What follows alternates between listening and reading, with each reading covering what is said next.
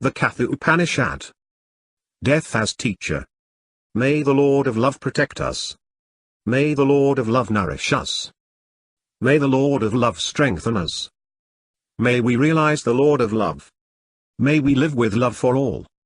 May we live in peace with all. Om Shanti Shanti Shanti. Part 1. Once, long ago, Vajrasravaza gave away his possessions to gain religious merit.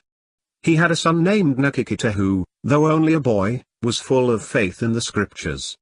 Nachiketa thought when the offerings were made, what merit can one obtain by giving away cows that are too old to give milk? To help his father understand this, Nachiketa said, "To whom will you offer me?" He asked this again and again. "To death I give you," said his father in anger. The son thought, "I go, the first of many who will die, in the midst of many who are dying, on a mission to Yama, king of death. See how it was with those who came before, how it will be with those who are living. Like corn mortals ripen and fall, like corn. They come up again."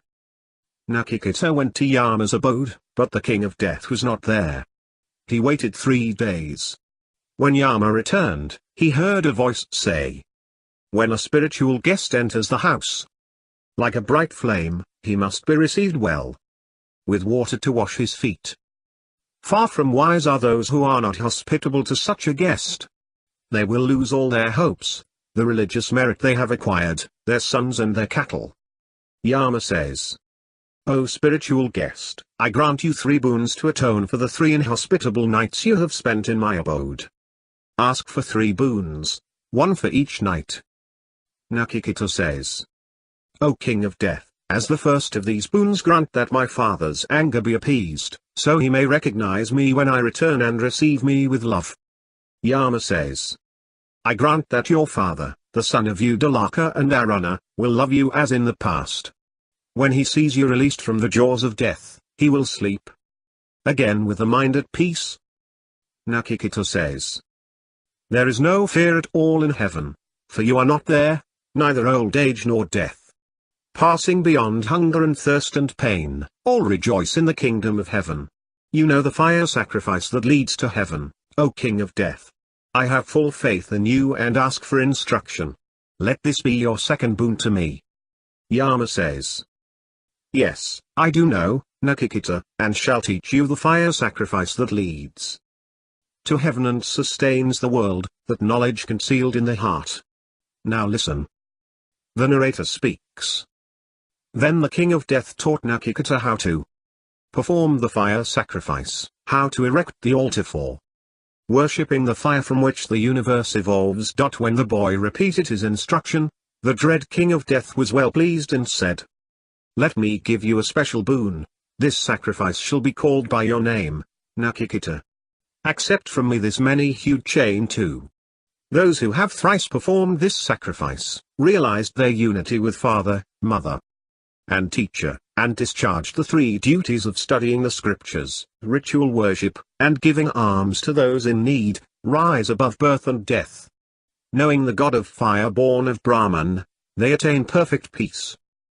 Those who carry out this triple duty conscious of its full meaning will shake off the dread noose of death and transcend sorrow to enjoy the world of heaven. Thus have I granted you the second boon, Nachiketa, the secret of the fire that leads to heaven. It will have your name. Ask now, Nachiketa, for the 3rd boon." Nachiketa says, "When a person dies, there arises this doubt. He still exists, say some, he does not, say others. I want you to teach me the truth. This is my 3rd boon."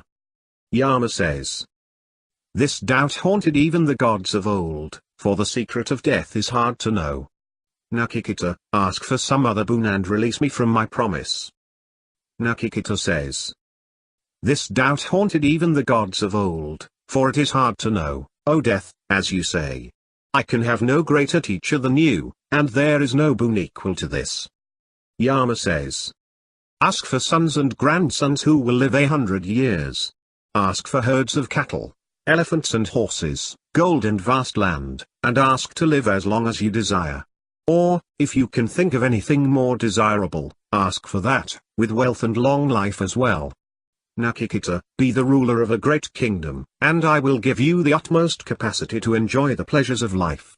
Ask for beautiful women of loveliness rarely seen on earth, riding in chariots, skilled in music, to attend on you. But Nakikita, don't ask me about the secret of death. Nakikita says, these pleasures last but until tomorrow, and they wear out the vital powers of life. How fleeting is all life on earth. Therefore keep your horses and chariots, dancing and music, for yourself. Never can mortals be made happy by wealth. How can we be desirous of wealth when we see your face and know we cannot live while you are here? This is the boon I choose and ask you for. Having approached an immortal like you, how can I, subject to old age and death, ever try to rejoice in a long life for the sake of the senses' fleeting pleasures? Dispel this doubt of mine, O King of Death. Does a person live after death or does he not? Nakikita asks for no other boon than the secret of this great mystery. Yama says, the joy of the spirit ever abides, but not what seems pleasant to the senses. Both these, differing in their purpose, prompt us to action. All is well for those who choose the joy of the spirit, but they miss the goal of life who prefer the pleasant, perennial joy or passing pleasure. This is the choice one is to make always. Those who are wise recognize this, but not the ignorant. The first welcome what leads to abiding joy, though painful at the time. The latter run, goaded by their senses, after what seems immediate pleasure. Well, have you renounced these passing pleasures, so dear to the senses, Nakikita, and turned your back on the way of the world? That makes mankind forget the goal of life. Far apart are wisdom and ignorance. The first leads one to self-realization, the second makes one more and more estranged from one's real self. I regard you, Nakikita, as worthy of instruction, for passing pleasures tempt you not at all. Ignorant of their ignorance, yet wise in their own esteem, those deluded men, proud of their vain learning, go round and round like the blind led by the blind. Far beyond their eyes, hypnotized by the world of sense, opens the way to immortality. I am my body. When my body dies, I die. Living in this superstition, they fall life after life under my sway. It is but few who hear about the self. Fewer still dedicate their lives to its realization. Wonderful is the one who speaks about the self. Rare are they who make it the supreme goal of their lives. Blessed are they who, through an illumined teacher, attain to self-realization. The truth of the self cannot come through one who has not realized that he is the self. The intellect cannot reveal the self, beyond its duality of subject and object. Those who see themselves in all and all in them help others through spiritual osmosis to realize the self themselves. This awakening you have known comes not through logic and scholarship, but from close association with a realized teacher. Wise are you, Nakikita, because you seek the self-eternal. May we have more seekers like you. Nakikita says, I know that earthly treasures are transient, and never can I reach the eternal through them. Hence have I renounced all my desires for earthly treasures to win the eternal through your instruction. Yama says, I spread before your eyes, Nakikita, the fulfillment of all worldly desires. Power to dominate the earth, delights celestial gained through religious rites, miraculous powers beyond time and space. These with will and wisdom have you renounced. The wise, realizing through meditation the timeless self, beyond all perception, hidden in the cave of their heart, leave pain and pleasure far behind. Those who know they are neither body nor mind, but the immemorial self, the divine principle of existence, find the source of all joy and live in joy abiding. I see the gates of joy are opening for you, Nakikita. Nakikita says, teach me of that you see as beyond right and wrong, cause and effect, past and future. Yama says, I will give you the word all the scriptures glorify, all spiritual disciplines express, to attain which aspirants lead a life of sense restraint and self-naughting. It is Om. This symbol of the Godhead is the highest. Realizing it one finds complete fulfillment of all one's longings. It is of the greatest support to all seekers. When Om reverberates unceasingly within the heart, that one is indeed blessed and deeply loved as one who is the Self. The all-knowing Self was never born, nor will it die. Beyond cause and effect, this Self is eternal and immutable. When the body dies, the Self does not die.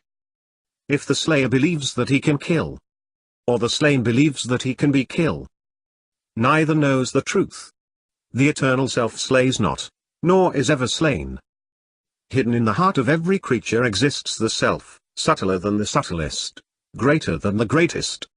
They go beyond all sorrow who extinguish their self-will, and behold the glory of the Self through the grace of the Lord of Love. Though one sits in meditation in a particular place, the Self within can exercise his influence far away. Though still, he moves everything everywhere. When the wise realize the Self, formless in the midst of forms, changeless in the midst of change, omnipresent and supreme, they go beyond sorrow. The Self cannot be known through study of the scriptures, nor through the intellect, nor through hearing discourses about it. The Self can be attained only by those whom the Self chooses. Verily unto them does the Self reveal himself. The Self cannot be known by anyone who desists not from unrighteous ways, controls not the senses, stills not the mind, and practices not meditation.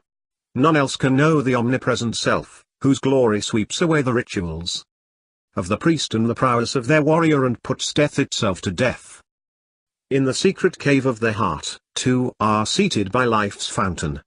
The separate ego drinks of the sweet and bitter stuff, liking the sweet, disliking the bitter, while the Supreme Self drinks sweet and bitter, neither liking this nor disliking that. The ego gropes in darkness, while the Self lives in light.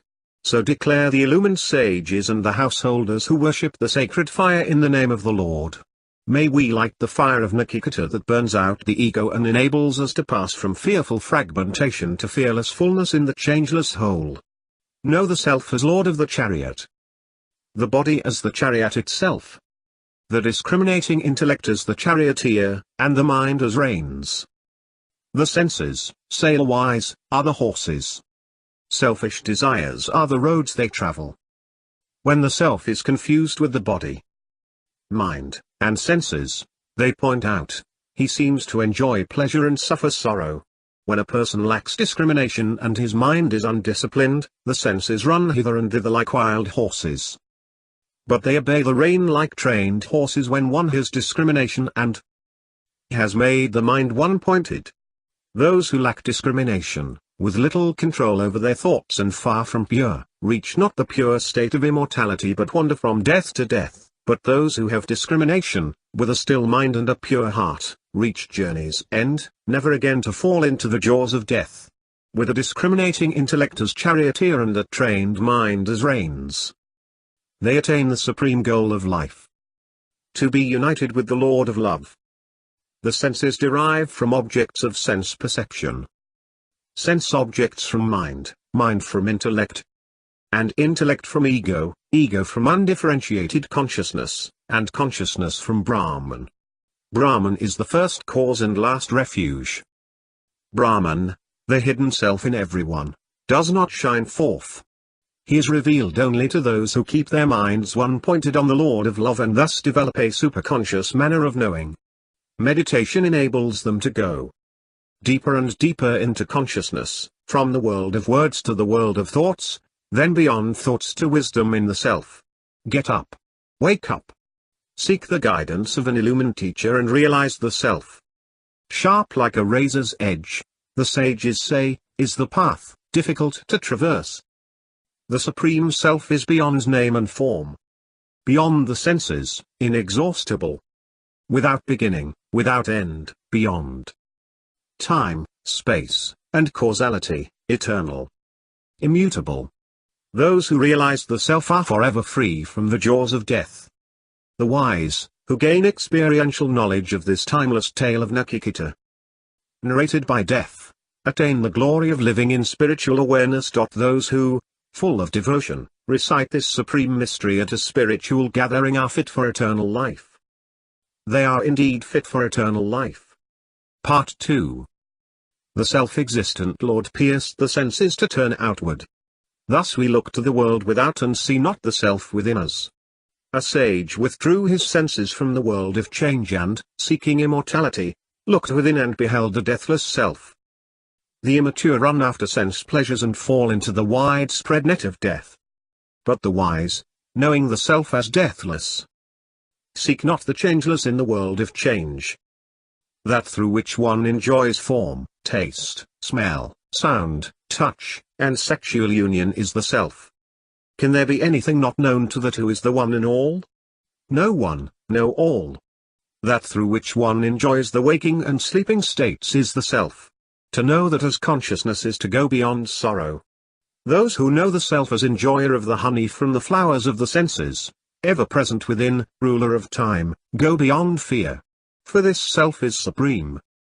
The God of creation, Brahma, born of the Godhead through meditation before the waters of life were created, who stands in the heart of every creature, is the self indeed. For this self is supreme. The goddess of energy, Aditi, born of the Godhead through vitality, mother of all the cosmic forces, who stands in the heart of every creature, is the self indeed. For this self is supreme. The god of fire, Agni, hidden between two fire sticks like a child well protected in the mother's womb, whom we adore every day in the depths of meditation, is the self indeed. For this self is supreme. That which is the source of the sun and of every power in the cosmos, beyond which there is neither going nor coming, is the self indeed. For this self is supreme. What is here is also there, what is there, also here. Who sees multiplicity, but not the one indivisible self, must wander on and on from death to death. Only the one-pointed mind attains this state of unity. There is no one but the self. Who sees multiplicity but not the one indivisible self must wander on and on from death to death. That thumb-sized being enshrined in the heart, ruler of time, past and future, to see whom is to go beyond all fear, is the self indeed. For this self is supreme.